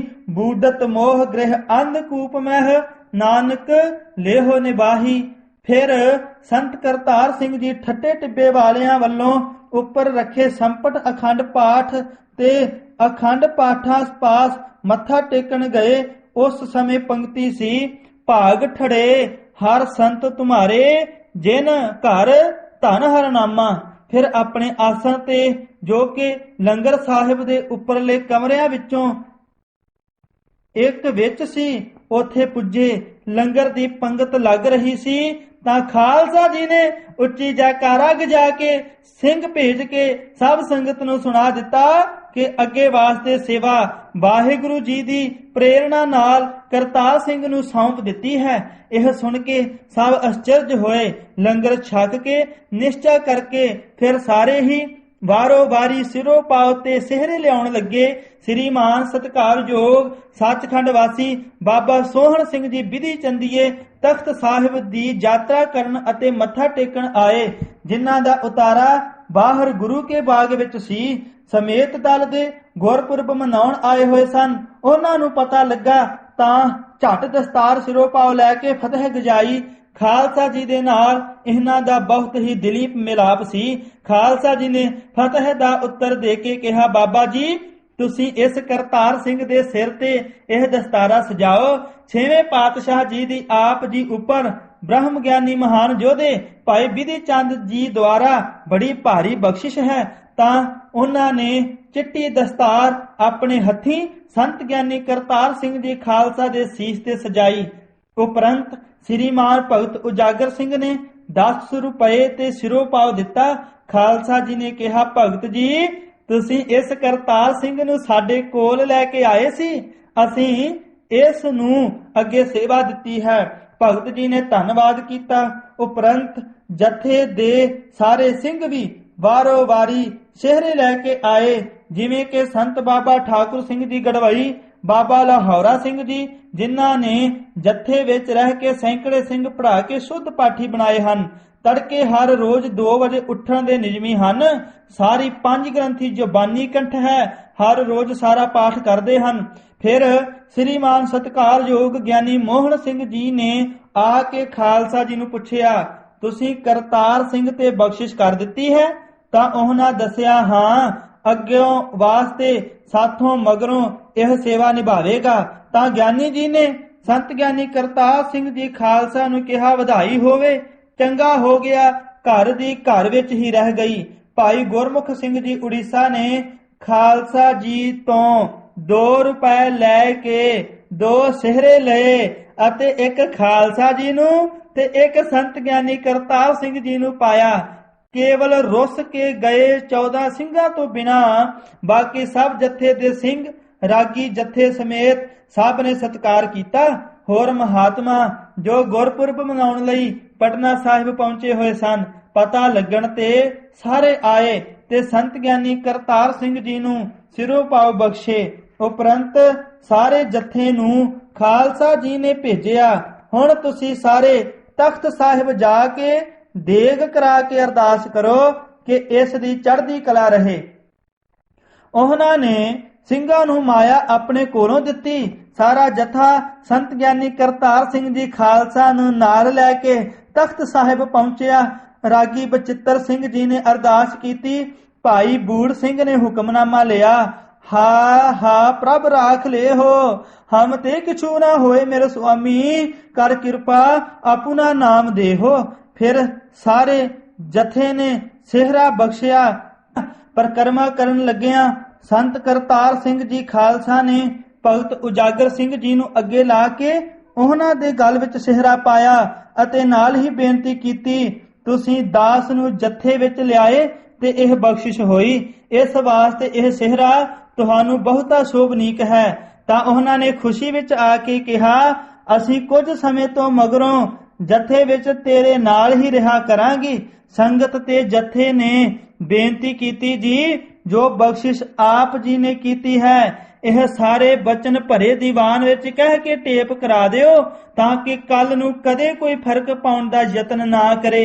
ਰਾਤ ਦੇ ਦੀਵਾਨ ਵਿੱਚ ਹਜ਼ਾਰਾਂ ਦੀ ਗਿਣਤੀ ਵਿੱਚ ਸੰਗਤਾਂ ਦੇ ਸਾਹਮਣੇ ਜਦੋਂ ਕਿ ਸਾਰਾ ਜਥਾ ਪੋਥੀਆਂ ਪ੍ਰਕਾਸ਼ ਕਰਕੇ ਕਥਾ ਸੁਣਨ ਲੱਗਾ ਸੀ, ਭਾਈ ਬਚਿੱਤਰ ਸਿੰਘ ਜੀ ਰਾਗੀ ਹਰ ਰੋਜ਼ ਦੀ ਤਰ੍ਹਾਂ ਪਾਠ ਕਰਨ ਲੱਗੇ ਸਨ। ਭਗਤ ਫਰੀਦ ਜੀ ਦੇ ਸ਼ਲੋਕਾਂ ਵਿੱਚ ਇਹ ਕਥਾ ਚੱਲ ਰਹੀ ਸੀ, ਫਰੀਦਾ ਇਹੋ ਤਨ ਭੌਂਕਣਾ, ਨਿਤ ਨਿਤ ਦੁਖੀਐ ਕੌਣ। 31 ਜਨਵਰੀ 1967 ਵਾਲੇ ਦਿਨ ਪਟਨਾ ਸਾਹਿਬ ਵਿਖੇ ਖਾਲਸਾ ਜੀ ਨੇ ਬਖਸ਼ਿਸ਼ ਭਰੇ ਜੋ ਬਚਨ ਕਹੇ, ਉਸ ਟੇਪ ਦਾ ਹੂ ਬਹੂ ਉਤਾਰਾ ਇਸ ਪ੍ਰਕਾਰ ਹੈ। ਸੰਤਾਂ ਦੇ ਬਖਸ਼ਿਸ਼ ਵਾਲੇ ਬਚਨ, ਵਾਹਿਗੁਰੂ ਜੀ ਕਾ ਖਾਲਸਾ ਵਾਹਿਗੁਰੂ ਜੀ ਕੀ ਫਤਿਹ। ਸਤਿਗੁਰੂ ਮਹਾਰਾਜ ਸਾਹਿਬ ਜੀ ਦੀ ਸਾਜੀ ਨਿਵਾਜੀ ਗੁਰੂ ਖਾਲਸਾ ਸਾਧ ਸੰਗਤ ਜੀ 300ਵੀਂ ਵਰ੍ਹੇਗੰਢ ਦਾ ਸਮਾਗਮ ਸੰਗਤਾਂ ਵੱਲੋਂ ਜੋ ਆਰੰਭ ਕੀਤਾ ਗਿਆ ਸੀ, ਸ੍ਰੀ ਅਖੰਡ ਪਾਠਾਂ ਦੇ ਸੰਪੂਰਨ ਹੋਣ ਤੋਂ ਬਾਅਦ ਸਭਨਾ ਸੇਵਾਦਾਰਾਂ ਨੂੰ ਅਤੇ ਪ੍ਰਬੰਧਕਾਂ ਨੂੰ ਸਿਰੋਂ ਪਾਓ ਬਖਸ਼ਿਸ਼ ਹੋਏ ਹਨ। ਇਹ ਸੰਗਤਾਂ ਦੇ ਅੰਦਰ ਬੜੀ ਭਾਰੀ ਖੁਸ਼ੀ ਹੈ। ਨਿਰਵਿਘਨਤਾ ਨਾਲ ਸਤਿਗੁਰੂ ਮਹਾਰਾਜ ਸਾਹਿਬ ਜੀ ਨੇ 300ਵੀਂ ਵਰ੍ਹੇਗੰਢ ਆਪਣੇ ਸੇਵਾਦਾਰਾਂ ਤੋਂ ਚੜ੍ਹਦੀਆਂ ਕਲਾ ਵਿੱਚ ਸੇਵਾ ਲੈ ਕੇ ਸੰਪੂਰਨ ਕੀਤੀ ਹੈ। ਸਾਧ ਸੰਗਤ ਜੀ, ਇਸ ਖੁਸ਼ੀ ਦੇ ਵਿੱਚ ਸੰਗਤਾਂ ਨੇ ਸ੍ਰੀ ਅਖੰਡ ਪਾਠ ਸੰਪੂਰਨ ਕਰਕੇ ਅੱਜ ਸਮਾਪਤੀ ਦਾ ਭੋਗ ਸਰਵਣ ਕੀਤਾ ਹੈ। ਉਸ ਤੋਂ ਬਾਅਦ ਅੰਮ੍ਰਿਤ ਵੇਲੇ ਕਥਾ ਨਹੀਂ ਹੋ ਸਕੀ। ਸਿਰੋਂ ਪਾਓ ਸੰਗਤਾਂ ਨੇ ਬਹੁਤਿਆਂ ਨੂੰ ਦੇਣੇ ਸਨ। ਇਸ ਕਾਰਨ ਕਰਕੇ ਸੇਵਾ ਵਿੱਚ ਲੱਗੇ ਰਹੇ ਸਨ। ਦਾਸ ਦੇ ਅੰਦਰ ਸਾਧ ਸੰਗਤ ਜੀ, ਇਸ ਗੁਰੂ ਗੋਬਿੰਦ ਸਿੰਘ ਸਾਹਿਬ ਮਹਾਰਾਜ ਜੀ ਦੇ 300 ਸਾਲਾ ਵਰ੍ਹੇਗੰਢ ਦੀ ਖੁਸ਼ੀ ਅੰਦਰ ਇਹ ਉਤਸ਼ਾਹ ਆਇਆ ਹੈ। ਤੁਸੀਂ ਸਾਰੇ ਭਰਾ ਜਿੰਨੇ ਹੋ ਵੱਡੇ ਹੋ ਗੁਣਾ ਕਰਕੇ ਅਤੇ ਬੜੇ ਚਿਰ ਦੇ ਨਾਲ ਦਰਸ਼ਨ ਦੇ ਰਹੇ ਹੋ, ਵੱਡੇ ਮਹਾਪੁਰਖਾਂ ਦੇ ਨਾਲ ਵੀ ਕਈ ਸਰੀਰ ਰਹੇ ਹੋ। ਸਭਨਾਂ ਦੇ ਚਰਨਾਂ ਵਿੱਚ ਬੇਨਤੀ ਹੈ।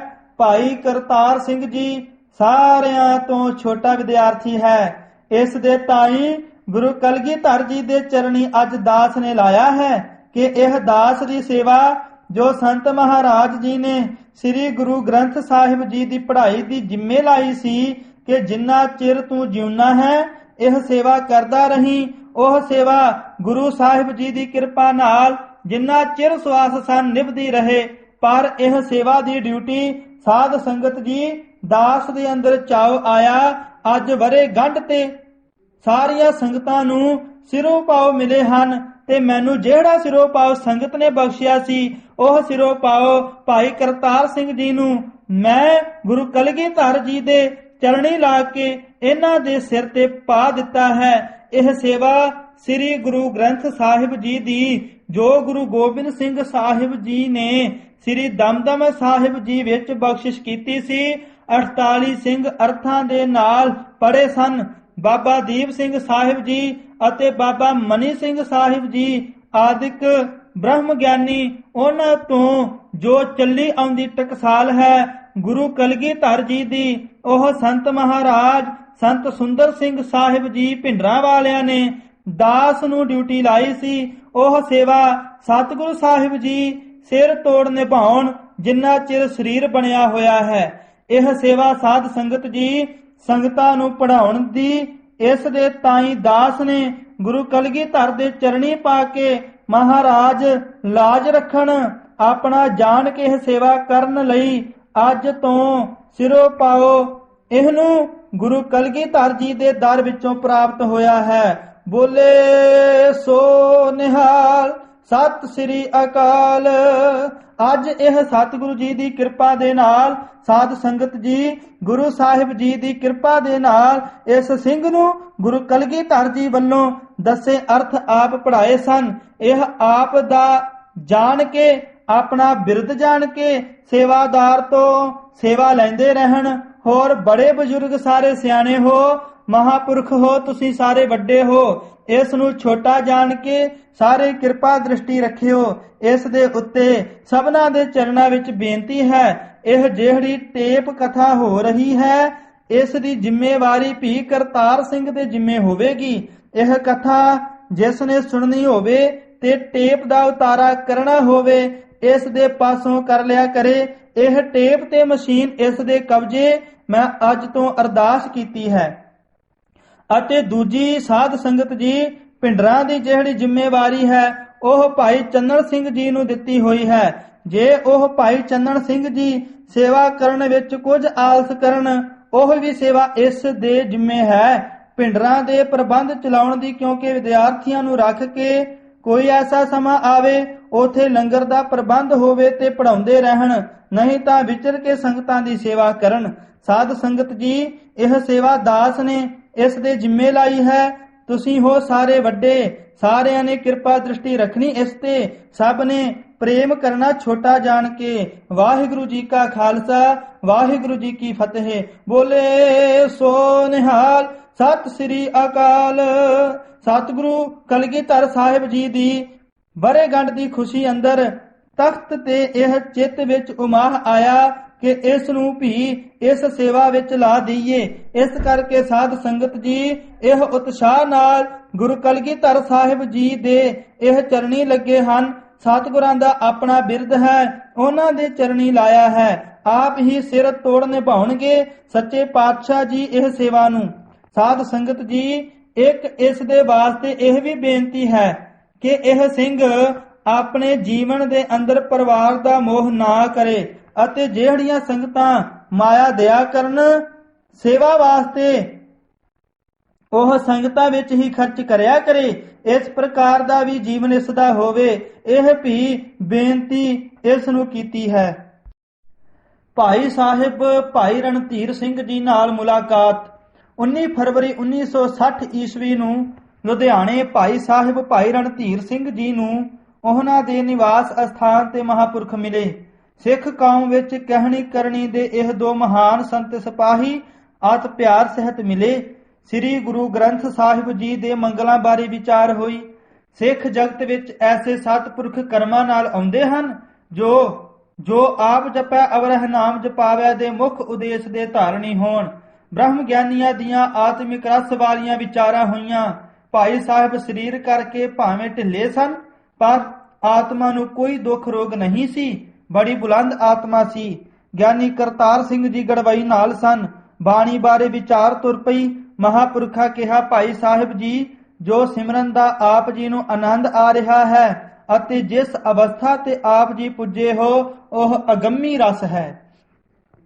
ਪਿਆਰ ਦਾ ਬਚਨ ਸੁਣ ਕੇ ਭਾਈ ਸਾਹਿਬ ਜੀ ਦੇ ਨੇਤਰਾਂ ਵਿੱਚ ਵੈਰਾਗ ਦਾ ਰਸ ਆ ਗਿਆ ਤੇ ਕਹਿਣ ਲੱਗੇ, ਸੰਤ ਗਿਆਨੀ ਗੁਰਬਚਨ ਸਿੰਘ ਜੀ, ਆਪ ਜੀ ਨਿਮਰਤਾ ਨਾਲ ਕਹਿ ਰਹੇ ਹੋ। ਸੱਚ ਤਾਂ ਇਹ ਹੈ ਕਿ ਕਲਗੀਧਰ ਜੀ ਦੀ ਚਲਾਈ ਟਕਸਾਲ ਦੇ ਆਪ ਮੁਖੀ ਹੋ, ਬ੍ਰਹਮ ਵਿਦਿਆ ਦੀ ਸੋਝੀ ਵਾਲੇ ਹੋ।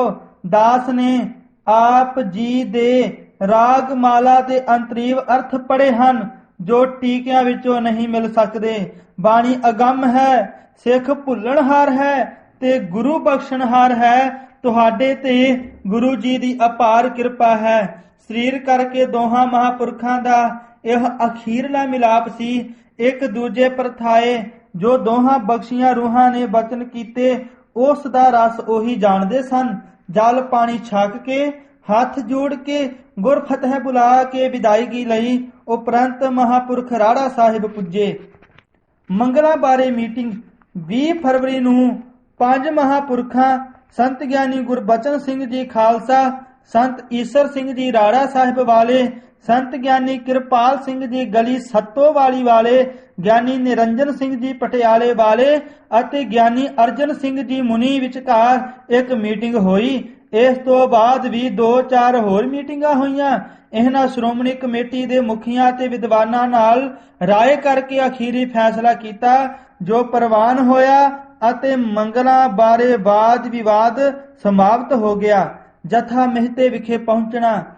ਪਿੰਡ ਨੰਗਲੀ ਦੇ ਭਾਈ ਮੇਵਾ ਸਿੰਘ ਜੀ, ਭਾਈ ਸੰਤ ਸਿੰਘ ਜੀ ਤੇ ਮਾਸਟਰ ਗੁਰਬਚਨ ਸਿੰਘ ਜੀ ਦੀ ਬੇਨਤੀ ਤੇ ਮਹਾਂਪੁਰਖਾਂ ਨੇ ਦੀਵਾਨ ਸਜਾ ਕੇ ਨਿਹਾਲ ਕੀਤਾ। ਉਪਰੰਤ ਪਿੰਡ ਮਹਿਤੇ ਦੇ ਪਰਮ ਸ਼ਰਧਾਲੂ ਸਰਦਾਰ ਦਲੀਪ ਸਿੰਘ ਜੀ ਸ਼ਾਹ, ਉਹਨਾਂ ਦੇ ਸੁਪੁੱਤਰ ਸਰਦਾਰ ਸੰਤ ਸਿੰਘ ਜੀ ਸ਼ਾਹ ਅਤੇ ਸਮੂਹ ਸੰਗਤ ਦੀ ਬੇਨਤੀ ਪ੍ਰਵਾਨ ਕਰਕੇ 10 ਹਾੜ ਸਨ 1969 ਈਸਵੀ ਨੂੰ ਪਿੰਡ ਨੰਗਲੀ ਤੋਂ ਮਹਿਤੇ ਜਥੇ ਸਮੇਤ ਪਹੁੰਚੇ। ਭਾਈ ਦਲੀਪ ਸਿੰਘ ਜੀ ਸ਼ਾਹ ਦੇ ਉਦਮ ਸਦਕਾ ਪਹਿਲਾਂ ਵੀ ਮਹਾਂਪੁਰਖਾਂ ਨੇ 1934 ਈਸਵੀ ਵਿੱਚ ਇਸ ਪਿੰਡ ਮਹਿਤੇ ਰਹਿ ਕੇ ਸਾਰੀ ਸ੍ਰੀ ਗੁਰੂ ਗ੍ਰੰਥ ਸਾਹਿਬ ਜੀ ਦੀ ਕਥਾ ਲਗਾਤਾਰ ਕੀਤੀ ਸੀ। ਮਹਾਂਪੁਰਖਾਂ ਦਾ ਉਤਾਰਾ ਬਾਬਾ ਭਾਨ ਸਿੰਘ ਜੀ ਦੇ ਚੁਬਾਰੇ ਸੱਚਖੰਡ ਗਮਨ ਸਥਾਨ ਵਿੱਚ ਹੋਇਆ। ਇਹਨਾਂ ਦਿਨਾਂ 'ਚ ਮਹਾਂਪੁਰਖਾਂ ਦਾ ਸਰੀਰ ਕੁਝ ਢਿੱਲਾ ਸੀ, ਪਰ ਫਿਰ ਵੀ ਰੋਜ਼ਾਨਾ ਦੇ ਪ੍ਰੋਗਰਾਮ, ਇਸ਼ਨਾਨ, ਭਜਨ ਸਿਮਰਨ, ਨਿਤਨੇਮ ਤੇ ਕਥਾ ਕਰਨ ਚ ਕੋਈ ਵਿਘਨ ਨਹੀਂ ਸੀ ਪੈਣ ਦਿੱਤਾ। 3 ਸੰਥਾ ਕਥਾ ਆਪ ਰੋਜ਼ ਕਰਦੇ ਸਨ। ਇੱਕ ਆਦ ਸ੍ਰੀ ਗੁਰੂ ਗ੍ਰੰਥ ਸਾਹਿਬ ਜੀ ਦੀ ਦੂਜੀ ਦਸਮ ਗ੍ਰੰਥ ਜੀ ਦੀ ਅਤੇ ਤੀਜੀ ਸ੍ਰੀ ਗੁਰ ਪ੍ਰਤਾਪ ਸੂਰਜ ਗ੍ਰੰਥ ਦੀ। 2 ਦਿਨ 13 ਤੇ 14 ਹਾੜ ਦੀ ਦਰਮਿਆਨੀ ਰਾਤ ਨੂੰ ਬਲੱਡ ਪ੍ਰੈਸ਼ਰ, ਖੂਨ ਦਾ ਦਬਾ ਤੇ ਸਾਹ ਦਾ ਬੜਾ ਸਖਤ ਦੌਰਾ ਪਿਆ। ਪਰ ਇਸ ਬਿਮਾਰੀ ਦੀ ਰੋਕਥਾਮ ਲਈ ਡਾਕਟਰਾਂ ਵੱਲੋਂ ਦੱਸਿਆ ਟੀਕਾ ਡੇਰੀਫਾਈਲਾਈਨ ਲਗਾਇਆ ਗਿਆ ਤੇ ਕੁਝ ਗੋਲੀਆਂ ਦਿੱਤੀਆਂ ਗਈਆਂ, ਜਿਨ੍ਹਾਂ ਨਾਲ ਤੜਕਸਾਰ ਹੀ ਆਰਾਮ ਆ ਗਿਆ। 14 ਹਾੜ ਨੂੰ ਅੰਮ੍ਰਿਤ ਵੇਲੇ ਇਸ਼ਨਾਨ ਤੇ ਨਿਤਨੇਮ ਕਰਕੇ ਸ੍ਰੀ ਗੁਰੂ ਗ੍ਰੰਥ ਸਾਹਿਬ ਜੀ ਦੀ ਕਥਾ ਕੀਤੀ। ਇਹ ਸੰਤਾਂ ਦੀ 27ਵੀਂ ਆਖਰੀ ਕਥਾ ਸੀ। ਅੰਗ 1187 ਤੇ ਬਸੰਤ ਰਾਗ ਦੀ ਮਹੱਲੇ ਪਹਿਲੇ ਦੀ ਪਹਿਲੀ ਅਸ਼ਟਪਦੀ, ਬਸੰਤ ਮਹੱਲਾ ਪਹਿਲਾ ਦੀ ਬੜੀ ਰਸ ਭਰੀ ਕਥਾ ਕੀਤੀ। ਅੱਜ ਚਿਹਰੇ ਤੇ ਕੋਈ ਅਨੋਖਾ ਜਲਾਲ ਸੀ, ਖੇੜਾ ਤੇ ਦਮਕਾ ਸਨ। ਫਿਰ ਹਰ ਰੋਜ਼ ਦੀ ਤਰ੍ਹਾਂ ਸੰਤ ਗਿਆਨੀ ਕਰਤਾਰ ਸਿੰਘ ਜੀ ਖਾਲਸਾ ਜੀ ਪਾਸੋਂ 50 ਅੰਗ ਸ੍ਰੀ ਗੁਰੂ ਗ੍ਰੰਥ ਸਾਹਿਬ ਜੀ ਦਾ ਪਾਠ ਸੁਣਿਆ। ਕੁਝ ਆਪ ਪਾਠ ਕੀਤਾ, ਉਪਰੰਤ ਦਸਮ ਗ੍ਰੰਥ ਦੀ ਸੰਥਾ ਕਥਾ ਕੀਤੀ। 208ਵੇਂ ਚਰਿੱਤਰ ਤੱਕ ਸੰਥਾ ਦੀ ਕਥਾ ਪੂਰੀ ਹੋਈ ਸੀ। ਪ੍ਰੇਮ ਅਤੇ ਰਸ ਵਿੱਚ ਆ ਕੇ ਹਰ ਰੋਜ਼ ਦੀ ਤਰ੍ਹਾਂ ਬਹੁਤ ਸਮਾਂ ਸ੍ਰੀ ਗੁਰੂ ਗ੍ਰੰਥ ਸਾਹਿਬ ਜੀ ਨੂੰ ਖੜੇ ਹੋ ਕੇ ਚੌਰ ਕੀਤਾ। ਫਿਰ ਅਰਦਾਸ ਕੀਤੀ। ਬਹੁਤ ਸ਼ਰਧਾ ਤੇ ਚੜ੍ਹਦੀ ਕਲਾ ਨਾਲ 13 ਪਰਿਕਰਮਾ ਕਰਕੇ ਮੱਥਾ ਟੇਕਿਆ। ਸੰਤ ਗਿਆਨੀ ਕਰਤਾਰ ਸਿੰਘ ਜੀ ਖਾਲਸਾ ਹਰ ਰੋਜ਼ ਦੀ ਤਰ੍ਹਾਂ ਬਾਂਹ ਫੜ ਕੇ ਨਾਲ ਤੁਰਦੇ ਸਨ। ਆਸਣ ਤੇ ਆ ਕੇ ਦੁਪਹਿਰ ਦਾ ਪ੍ਰਸ਼ਾਦ ਛਕਿਆ, ਜੋ ਸਰਦਾਰ ਦਲੀਪ ਸਿੰਘ ਜੀ ਸ਼ਾਹ ਦੇ ਸੁਪੁੱਤਰ ਸਰਦਾਰ ਸੰਤ ਸਿੰਘ ਜੀ ਦੇ ਘਰ ਤਿਆਰ ਸੀ। ਅੰਬ ਵੀ ਬੜੇ ਖੁਸ਼ ਹੋ ਕੇ ਛਕੇ। ਸੰਤਾਂ ਨੇ ਸੰਤ ਬਾਬਾ ਠਾਕੁਰ ਸਿੰਘ ਜੀ ਨੂੰ ਹੱਸ ਕੇ ਕਿਹਾ, ਅੱਜ ਸਾਡੇ ਸਾਹਮਣੇ ਕਰਤਾਰ ਸਿੰਘ ਨੂੰ ਰੱਜ ਕੇ ਅੰਬ ਛਕਾ ਦਿਓ। ਮਹਾਂਪੁਰਖਾਂ ਦੇ ਸਨਮੁਖ ਬੈਠ ਕੇ ਸੰਤ ਗਿਆਨੀ ਕਰਤਾਰ ਸਿੰਘ ਜੀ ਖਾਲਸਾ ਦਾ ਰੱਜ ਕੇ ਭੋਜਨ ਅਤੇ ਅੰਬ ਛਕਣ ਦਾ ਇਹ ਆਖਰੀ ਸਮਾਂ ਸੀ। ਫਿਰ ਆਰਾਮ ਕਰਨ ਵਾਸਤੇ ਪਲੰਘ ਤੇ ਬਿਰਾਜ ਗਏ। ਸਮੇਂ ਸਿਰ ਉੱਠੇ। ਗਰਮੀ ਬਹੁਤ ਹੋਣ ਕਰਕੇ ਇਸ਼ਨਾਨ ਕੀਤਾ। ਇਸ਼ਨਾਨ ਸਮੇਂ 2-3 ਵਾਰ ਬਚਨ ਕੀਤਾ। ਭਾਈ ਠਾਕੁਰ ਸਿੰਘ ਜੀ, ਭਾਈ ਕਰਤਾਰ ਸਿੰਘ ਜੀ, ਰਾਤੀ ਬਹੁਤ ਵੱਡਾ ਬਲੱਡ ਪ੍ਰੈਸ਼ਰ ਦਾ ਦੌਰਾ ਪਿਆ।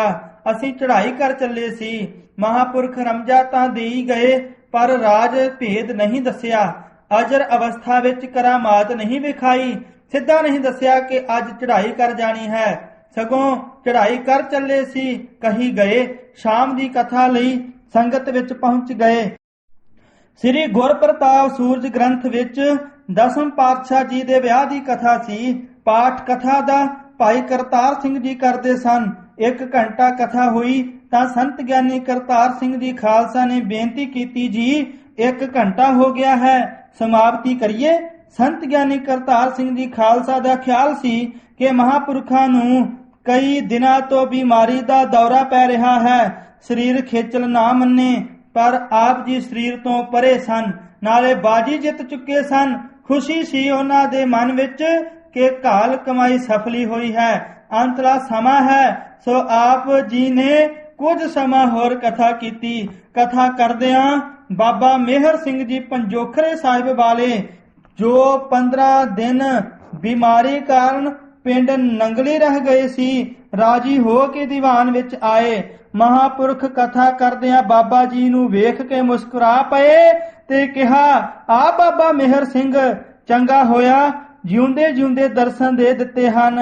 ਭਾਵ ਸੀ ਕਿ ਅੱਜ ਅਸਾਂ ਸੱਚਖੰਡ ਚਲੇ ਜਾਣਾ ਹੈ, ਸਾਨੂੰ ਮਿਲ ਪਿਆ ਹੈ। ਕਥਾ ਦੀ ਸਮਾਪਤੀ ਮਗਰੋਂ ਆਸਣ ਤੇ ਪਹੁੰਚ ਗਏ। ਹਰ ਰੋਜ਼ ਦਾ ਨਿਤਨੇਮ, 3 ਜਪਜੀ ਸਾਹਿਬ ਦੇ ਪਾਠ, 5 ਬਾਣੀਆਂ, ਸ਼ਬਦ ਹਜ਼ਾਰੇ, ਉਪਰੰਤ 52 ਅੱਖਰੀ ਸੁਖਮਨੀ ਸਾਹਿਬ, ਦੋਵੇਂ 12 ਮਾਹ, ਦਿਨ ਰਹਿਣ, ਦੱਖਣੀ ਓੰਕਾਰ, ਸਿੱਧ ਗੋਸ਼ਟ, ਜੈਤਸਰੀ ਦੀ ਵਾਰ, ਸ਼ਲੋਕ ਸਹਿਸਕ੍ਰਿਤੀ, ਸੱਤੇ ਬਲਵੰਡੇ ਦੀ ਵਾਰ, ਸ੍ਰੀ ਰਾਗ ਪਹਿਰੇ ਆਦਿ ਇਹਨਾਂ ਬਾਣੀਆਂ ਦਾ ਨਿਤਨੇਮ ਹਰ ਰੋਜ਼ ਜ਼ਬਾਨੀ ਸੁਣਿਆ ਕਰਦੇ। ਚਾਹੇ ਰਾਤ ਦੇ 12 ਵੱਜ ਜਾਣ, ਭਾਵੇਂ ਠੰਡ ਹੋਵੇ ਭਾਵੇਂ ਗਰਮੀ। ਅੱਜ 14 ਹਾੜ ਦੀ ਰਾਤ ਨੂੰ ਵੀ ਇਹ ਨਿਤਨੇਮ ਇਕਾਗਰਤਾ ਨਾਲ ਸੁਣਿਆ। ਮਹਾਂਪੁਰਖ ਪ੍ਰਸ਼ਾਦਾ 8 ਪਹਿਰ ਹੀ ਛਕਦੇ, ਰਾਤ ਨੂੰ ਸਪਾਇਆ ਕੁ ਦੁੱਧ ਛਕਦੇ। ਅੱਜ ਵੀ ਦੁੱਧ ਛਕਿਆ। 11 ਵਜੇ ਸੌਣ ਸਮੇਂ ਸੋਹਲੇ ਦਾ ਪਾਠ ਮਹਾਂਪੁਰਖਾਂ ਇਕਾਗਰ ਚਿੱਤ ਨਾਲ ਆਪ ਕੀਤਾ। ਸੰਖੇਪ ਅਰਦਾਸ ਕਰਕੇ ਵਾਹਿਗੁਰੂ ਵਾਹਿਗੁਰੂ ਜਪਦੇ ਵਿਰਾਜ ਗਏ। ਸਿੰਘ ਆਪੋ ਆਪਣੇ ਆਸਨਾਂ ਤੇ ਜਾ ਬਿਰਾਜੇ। ਭਾਈ ਗੁਰਮੁਖ ਸਿੰਘ ਜੀ ਦਾ ਆਸਨ ਪਿੰਡ ਤੋਂ ਬਾਹਰ ਬੰਬੀ ਤੇ ਸੀ। ਉਹ ਉੱਥੇ ਜਾ ਬਿਰਾਜੇ। ਗਰਮੀ ਬਹੁਤ ਸੀ। ਲਗਭਗ 12 ਕੁ ਵਜੇ ਬੂੰਦਾਬਾਂਦੀ ਦੇ ਨਾਲ ਸਖਤ ਹਨੇਰੀ ਆਈ। ਸੇਵਾਦਾਰਾਂ ਨੇ ਪਲੰਗ ਡਿਊਟੀ ਦੇ ਅੰਦਰ ਕਰ ਦਿੱਤਾ। ਜ਼ਿਆਦਾ ਹਨੇਰੀ ਕਾਰਨ ਬਿਜਲੀ ਬੰਦ ਹੋ ਗਈ। ਮੀਂਹ ਵੀ ਬਹੁਤ ਪੈਣ ਲੱਗ ਪਿਆ।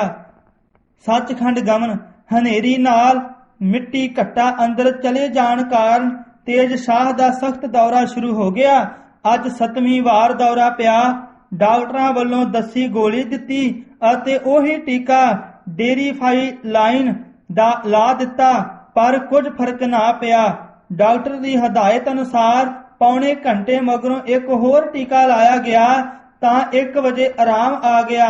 ਸਭ ਸਿੰਘਾਂ ਨੂੰ ਹੌਸਲਾ ਹੋ ਗਿਆ ਤੇ ਚਿੰਤਾ ਦੂਰ ਹੋ ਗਈ। ਸੰਤ ਜੀ ਨੇ ਬਹੁਤ ਪ੍ਰੇਮ ਅਤੇ ਵੈਰਾਗ ਦੇ ਬਚਨ ਕਰਨੇ ਸ਼ੁਰੂ ਕਰ ਦਿੱਤੇ। 1:30 ਵਜੇ ਫਿਰ ਦੌਰਾ ਪੈ ਗਿਆ।